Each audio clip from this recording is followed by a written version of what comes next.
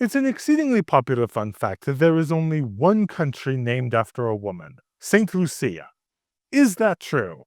Uh, there are two parts to this fact. One is that there is only one country named after a woman. The other is that the country of St. Lucia is named after a woman. Let's deal with both. Whenever anyone mentions this fact, as sure can be, someone will mention that Ireland is named after a goddess. This is an old belief, but modern scholars don't particularly like the idea.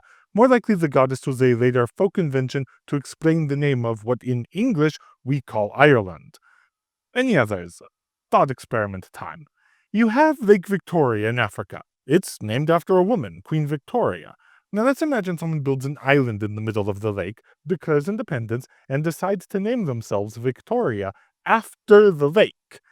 Is this country named after a woman? You could argue that either way. But if you argue that it is named after a woman, how many steps back are you willing to go? If there are 10, 20, 30 steps between the woman and country name, does it still count? Keep that in the back of your mind while we discuss other candidates for countries named after women. Antigua and Barbuda is a maybe. The Antigua element is traditionally somehow related to the Virgin Mary, but indirectly. It's usually stated that it's named after a chapel or the painting of Our Lady of Antigua, but no one seems to think it's named after Mary directly. Then there's St. Kitts and Nevis. The Kitts part is St. Christopher, that's not up for debate, but the Nevis part is usually tied to a Spanish phrase translating as Our Lady of the Snows. Long story. Both name origins have nothing but questions, and the etymologies are not secure, but they are tangentially partly named after a woman with an additional step thrown in. Probably. Beyond the one said, there aren't many great options. Now, there are many countries with unclear etymologies, but with minor asterisks, there's no particular reason to doubt the fundamental truthiness of the St. Lucia fact on that score. How about that St. Lucia is named after a woman? That's maybe not as clear as you'd think. There are various origin stories for the country's name, but they generally boil down to sailors probably shipwrecked on St. Lucia's feast day. But there doesn't seem to be much evidence. Were the sailors French? Spanish? It's mostly assertions rather than actual facts. So instead I want to talk about St. Vincent of St. Vincent and the Grenadines.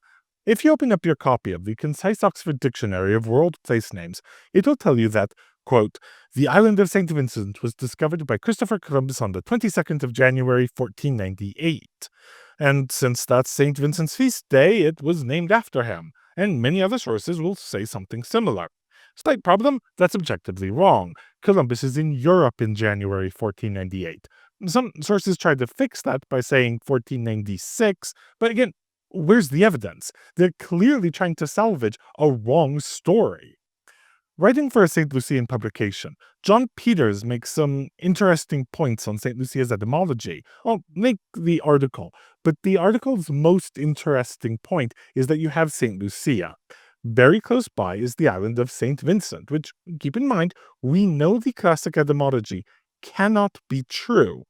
Now, go over to the now former Portuguese colony of Cabo Verde, and you have the island which translates as Saint Lucia, and very nearby is an island that translates as Saint Vincent. That's weird. His suggestion seems to be that the two Caribbean islands were named by the Portuguese after the islands in Cabo Verde. Fine, where's the evidence? Well, he claims that the name for the Caribbean island first pops up on a 1529 map, which uses the Portuguese name rather than the Spanish name. And critically, while the mapmaker was Portuguese, at this time he's far more associated with Spain, so he's unlikely to be using the Portuguese name in preference over the Spanish name for Spanish-named islands. Except 18 years earlier, there's a 1511 Spanish document that mentions St. Lucia. Peters acknowledges this, but at the same time says that it doesn't really exist. While I can't find the original document, I did find a 19th century reprint in Spanish that clearly mentions St. Lucia, so I don't know what's happening there. If that 1511 document doesn't exist, or is misdated, or something like that, and the 1529 map really is first, he very well might be onto something. If the 1511 document is legitimate, that's fairly devastating to the Portuguese argument. It needs substantial more research. This whole thing needs substantial more research. And also, if they're naming Caribbean islands after Cabo Verde Islands, that's fine. We know Europeans are naming places after locations back home, but you sort of expect more than just these two, or even calling it New St. Lucia? I don't know. But the consequence of that idea would be that St. Lucia isn't named after a woman. It's named after an island that was named after a woman. Though clearly this theory needs some stronger evidence before it displaces the conventional story. So in the end, I'd call the idea that St. Lucia is the only country named after a woman an asterisk fact. Is it true? Well, there are other maybes for having a woman as inspiration for the name, and the nature of how it got to be named after St. Lucia is not clear. But the core fact is probably more or less okay, unless something really interesting comes to light.